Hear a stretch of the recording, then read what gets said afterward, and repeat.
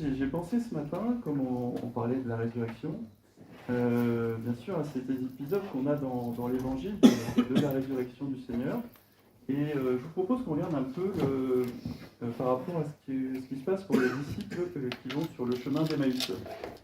Dans Luc au chapitre 24 et au verset 13. Donc au niveau du contexte, on se place donc après la mort et la résurrection du Seigneur, mais juste après, je pense que c'est le dimanche de Pâques.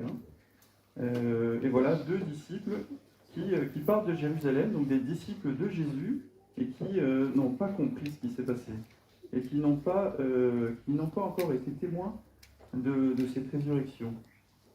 Et voici deux d'entre eux étaient ce même jour en chemin pour aller à un village dont le nom était Emmaüs, éloigné de Jérusalem de 60 stades. Et ils s'entretenaient ensemble de toutes ces choses qui étaient arrivées. Et il arriva, comme ils s'entretenaient et raisonnaient ensemble, que Jésus lui-même, s'étant approché, se mit à marcher avec eux. Mais leurs yeux étaient retenus de manière qu'ils ne le reconnurent pas. Et il leur dit, « Quels sont ces discours que vous tenez entre vous en marchant, et vous êtes tristes ?» Et l'un d'eux, dont le nom était Cléopas, répondant, lui dit, « Est-ce que tu séjournes tout seul dans Jérusalem, que tu ne saches pas les choses qui y sont arrivées ces jours-ci ?» Et il leur dit, « Lesquelles ?» Et lui dirent, « C'est le touchant Jésus le Nazaréen, qui était un prophète puissant en œuvre et en parole devant Dieu et devant tout le peuple. Et comment les principaux sacrificateurs et nos chefs l'ont livré pour être condamné à mort et l'ont crucifié. Or nous espérions qu'il était celui qui doit délivrer Israël. Et encore, avec tout cela, c'est aujourd'hui le 3e jour depuis que ces choses sont arrivées. Mais aussi, quelques femmes d'entre nous nous ont fort étonnés. Ayant été de grand matin au sépulcre et n'ayant pas trouvé son corps, elles sont venues, disant qu'elles avaient vu aussi une vision d'ange qui disent qu'il est vivant. Et quelques-uns de ceux qui sont avec nous sont allés au sépulcre et ont trouvé les choses ainsi que les femmes aussi avaient dit. Mais pour lui, ils ne l'ont point vu.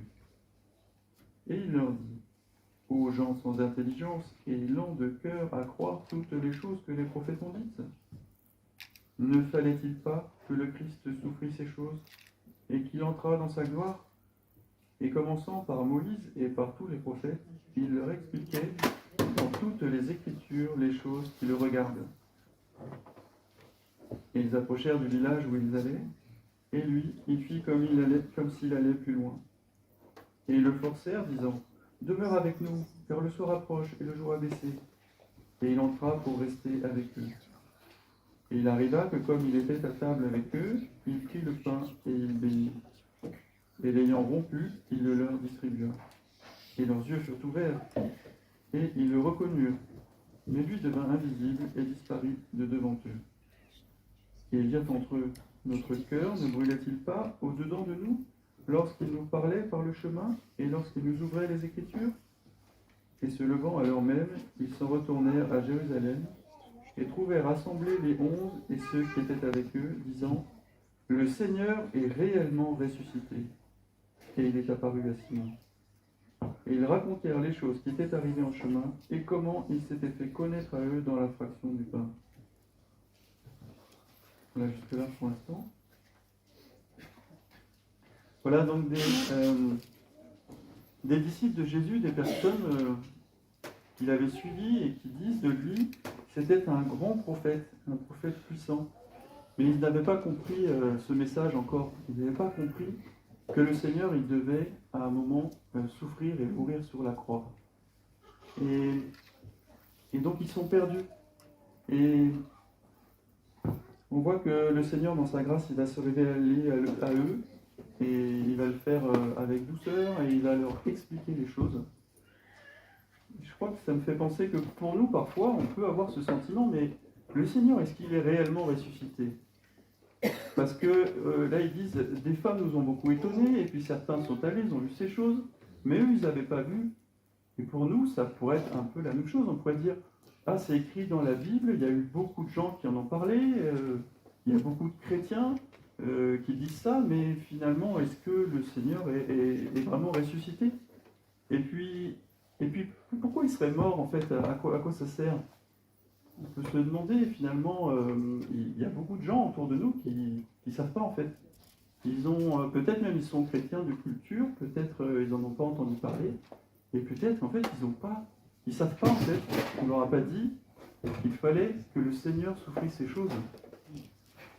Et alors aujourd'hui c'est un jour particulier où dans le monde entier, il y a quand même beaucoup de personnes qui ont l'occasion d'entendre parler de ce merveilleux message, de la bonne nouvelle. Jésus est mort et il est ressuscité. Jésus est venu sur la terre pour nous sauver. Et aujourd'hui, on ne voit pas qu'il soit ressuscité. Là, on a chanté « Les cieux proclament la gloire du ressuscité ». Aujourd'hui, on ne le voit pas. Aujourd'hui, il n'y a pas, Jésus n'est pas encore revenu dans sa gloire pour imposer à tous le fait qu'il est ressuscité. Aujourd'hui, on est encore dans le domaine de la foi. Il nous est encore demandé de croire. C'est étonnant, mais c'est ainsi. Et je me disais, mais pourquoi? Alors, il y a beaucoup de raisons, hein. Mais il y a une des raisons aussi pourquoi tout ne s'est pas arrêté à ce moment-là. Jésus est ressuscité et puis tout se termine. Bien, je crois que pour nous tous qui sommes nés bien longtemps après, c'est une bénédiction d'avoir qu'il y ait ce temps de la grâce, comme on dit, ce temps où il y a encore la possibilité pour beaucoup de nouvelles générations de venir et de s'approcher de Dieu et d'avoir ce salut, cette vie éternelle par la foi, cette foi que Dieu nous demande.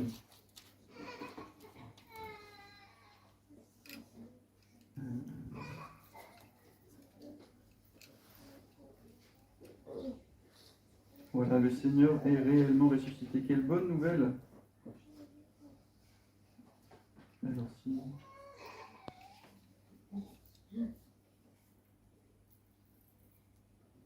Au verset 44, donc Jésus apparaît, est là au milieu des disciples, à ce moment-là, et donc tous peuvent le voir. Et il leur dit, ce sont ici les paroles que je vous disais quand j'étais encore avec vous, qu'il fallait que toutes les choses qui sont écrites de moi dans la loi de Moïse, et dans les prophètes, et dans les psaumes, fussent accomplies. Alors il leur ouvrit l'intelligence pour entendre les Écritures. Et il leur dit, il est ainsi écrit, et ainsi il fallait que le Christ souffrit, et qu'il ressuscita d'entre les morts le troisième jour, et que la repentance et la rémission des péchés fussent prêchées en mon nom à toutes les nations, en commençant par Jérusalem. Et vous, vous êtes témoins de ces choses, et voici, moi j'envoie sur vous la promesse de mon Père. Voilà. Et ensuite le Seigneur, il monte dans le ciel. Voilà ce rôle qui nous est donné depuis toutes ces générations, qui a commencé avec les disciples, de génération en génération à aller sur toute la terre, prêcher et raconter cette bonne nouvelle qu'il fallait qu'il y ait cette rémission des péchés. Voilà. Ce message de la croix qui est folie pour le monde, il nous est dit quelque part, mais qui est quelque chose de merveilleux. C'est pas dit comme ça, mais de merveilleux pour nous, et qui nous apporte la vie. Voilà, quelle bonne nouvelle.